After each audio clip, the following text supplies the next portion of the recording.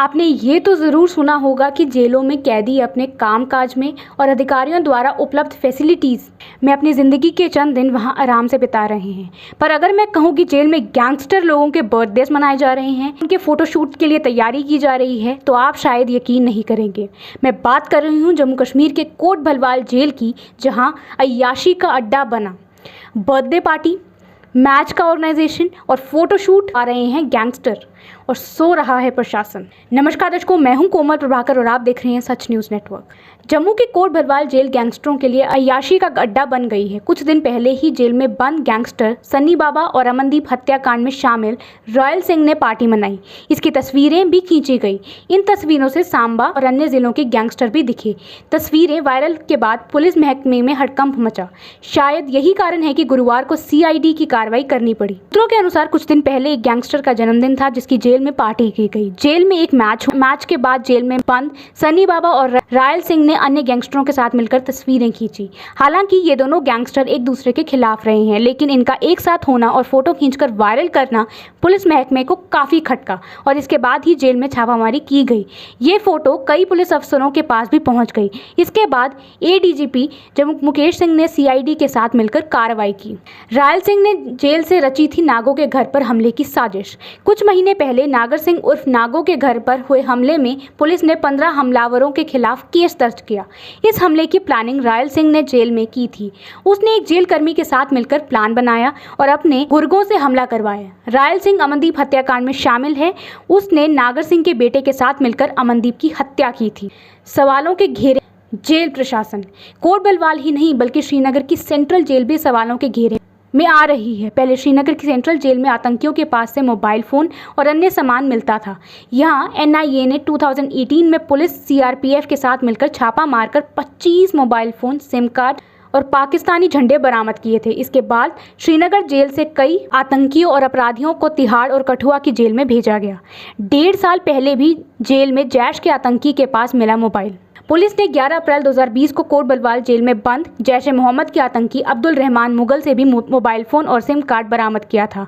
दरअसल इसके एक दिन पहले ही पुलिस ने RSपुरा के चक्रोई गांव से जैश-ए-मोहम्मद के ओजी वर्कर हंडवारा के रहने वाले मोहम्मद मुजफ्फर बैग को पकड़ा था, जिसका कनेक्शन जेल में बंद उक्त आतंकी से था। इसके बाद पुलिस ने जेल में छापा मारकर अन्य कैदी फरहान फयाज निवासी बारामूला और RSपुरा के रहने वाले दीपक सिंह के पास से मोबाइल फ़ोन और सिम कार्ड समेत चार्जर, हेडफोन और मेमोरी कार्ड भी बरामद किया।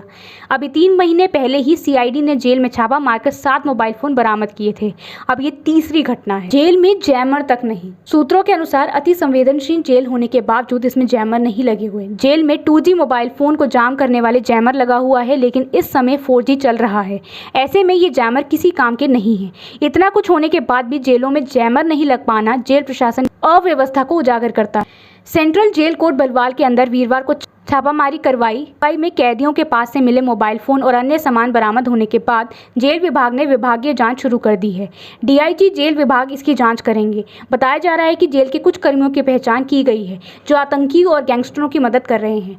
5 से 6 कर्मियों की पहचान की गई है। इनमें कुछ को ट्रांसफ़र किया जाएगा तो कुछ की गिरफ्तारी भी हो सकती है। जेल से मिले मोबाइल फ़ोन और अन्य सामान की जांच तेज कर दी गई है। कार्रवाई में 11 mobile phone, 13 SIM card, 4 pen drive और अन्य सामान मिला था।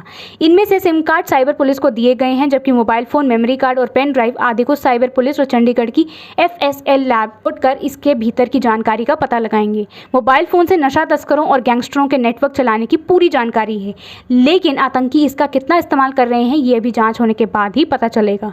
फिलहाल इस मामले में CID और जेल विभाग दोनों ही कुछ कहने को तैयार नहीं है। वारों के आसपास जंगल, जेल के भीतर आसानी से फेंका जा सकता है सामान।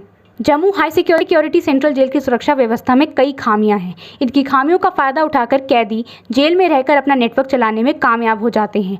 जेल में एक्सरे मशीनें नहीं चलती, जैमर भी नहीं लगे हुए। जेल की कुछ दीवारें ऐसी हैं जिसके साथ घना जंगल है।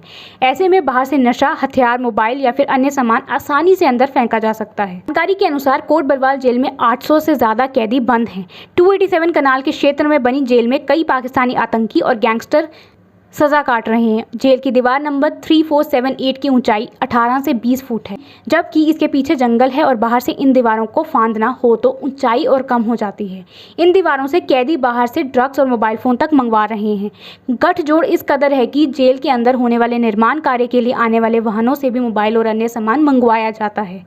1 साल पहले जब जेल में छापा मारा गया था, तब जेल में आए एक ऑटो और जेसी फ़ोन मिला था। जेल के आसपास रात के समय रोशनी कम रहती है। जेल में गैंगस्टरों आतंकियों ने मिलाया हाथ, हड़कंप में छापा मारा। कोट बलवाल जेल में बंद गैंगस्टर, आतंकी और नशा तस्करों के 3 बड़े ग्रुप सक्रिय हैं।